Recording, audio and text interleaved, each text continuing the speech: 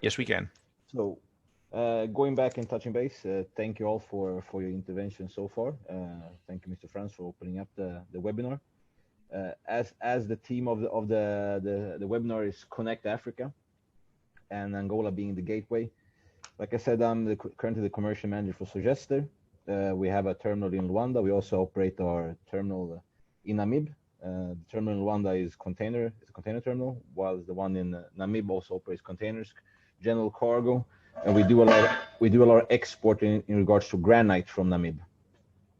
The reason why I think this webinar is relevant for us all is due to the fact that the capacity now, as SOGESTER, we are constantly improving and building and increasing our capacity. As we do that, we're going to come to a point in which we also have to look beyond the Angolan borders and see how can we connect and how can we support neighboring countries to be able to export and use the port facilities in Angola. Like Mr. Ambassador said, it's not landlocked. Zambia is not landlocked, but Zambia is a good example of a country that could very easily benefit from the infrastructure we have in Angola. What's missing mostly to connect a country like Zambia to Angola is, if you think road connection, we're missing around 250, 300 kilometers that has to be improved when it comes to the road network. That would drastically shorten the transit time, as Mr. Marco says, from 3 days, you'll be able to do it 1 day, 1.5 days, from Luanda all the way to Zambia. A couple of months ago, I had the opportunity to travel with LTI Transports and try to find a new route connecting the Luanda port to Zambia. And during this trip, it was very easy to identify that the interest is there from the Zambian side, and from the Angolan side, we don't simply need a little bit more push to reach the border, because from the border city of Luau all the way to Zambia is around 280 kilometers. And should we be able to find a strategic partner in both sides, like in Zambia and in Angola, then we can actually connect these two countries, and Zambia could very easily benefit from the proximity that the Luanda ports have to the mining area in Zambia. The same must be said for the Democratic Republic of Congo. DRC has always been dependent, or last couple of years been dependent on exporting their raw materials and copper to the port of Dar es Salaam and to Durban.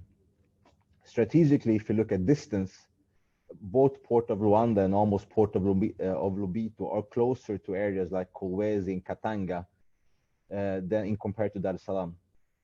And the constant push for, as the copper area also in DRC have been growing, the congestion in Dar es Salaam has also been increasing. The second option, mostly used by companies in Zambia and DRC, has been the Port of Durban. The Port of Durban, in terms of distance, is much further away than both Dar es Salaam and Luanda Port. So here is once again going back to what Mr. Miguel from Maersk said, is connecting is all about finding solutions. By bringing these people together and a part of the webinar, the main focus and objective is that we have, in Angola, we have companies interested of doing these connections and improving the interconnectivity between both countries. We also have an institution like IPEX that can support countries, foreign companies that want to establish themselves in Angola, but currently are working with the markets of DRC and Zambia. Nothing better would it be that to sending your goods to the port of Rwanda and be able to have them 1 day, 2 days after in Zambia or in the DRC, in the mining delta or belt of DRC. Because if you go back to the small distances, if you, for instance, compare the port of Rwanda to the Katanga area in DRC, is around 1,891 kilometers. If you take the same from Dar es Salaam, is 2,222 kilometers. There's a small comparison there. Is not the problem here has never been the distance itself. It's always been smaller lack of road connection in specific areas. But like the ambassador said, we cannot in 2021 no longer have this as an excuse. We have to try to find solutions. So for me, the solution is working together and SOGESTER supporting institutions and organizations like IPEX, supporting a company like Maersk when it comes to finding solutions in interconnecting Luanda to areas in both Zambia, as far away as Kitwe to Lumpshia. I can barely say the name, Luanshia, in Zambia, but also then support companies like LT Transport when it comes to interconnecting the inland side. So Gestora has, besides its ports in Luanda and Namib, also two inland container depots that are always there has been created to support the inland transport from Luanda to neighboring countries, but also storage of project cargo and other type of equipment that mostly is used in the mining area in both Zambia and in the DRC.